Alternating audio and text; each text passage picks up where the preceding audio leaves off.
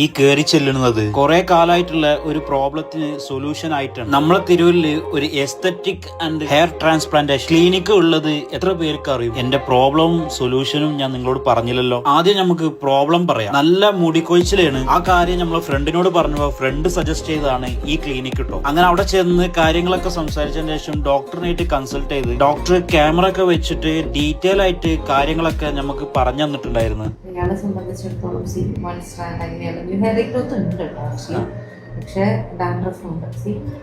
അതിന് നമുക്ക് oxidiser therapy എന്നുള്ള ട്രീറ്റ്മെന്റ് ആക്ച്വലി ഗുഡാണ്. നമ്മൾ ഡോക്ടറോട് പറഞ്ഞത് എയർ ട്രാൻസ്പ്ലാന്റേഷൻ ചെയ്യണം എന്നാണ് പറഞ്ഞത്. ഡോക്ടർ കാര്യങ്ങളൊക്കെ പഠിച്ചതിന് ശേഷം പറഞ്ഞ് ആദ്യം ഉള്ള മുടികൾ സംരക്ഷിക്കാനുള്ള ട്രീറ്റ്മെന്റ് നമുക്ക് ചെയ്യാം. നമ്മളെ എക്സിസ്റ്റിംഗ് മുടി സംരക്ഷിക്കാൻ വേണ്ടിയിട്ട് ആദ്യം ഡോക്ടർ നമുക്ക് സജസ്റ്റ് ചെയ്തത് GFC ആയിരുന്നു. GFC എന്താന്ന് ചോദിക്കുന്നവർക്ക് നമ്മളെ ഉള്ള മുടി സംരക്ഷിക്കാനുള്ള ട്രീറ്റ്മെന്റ് ആണ്.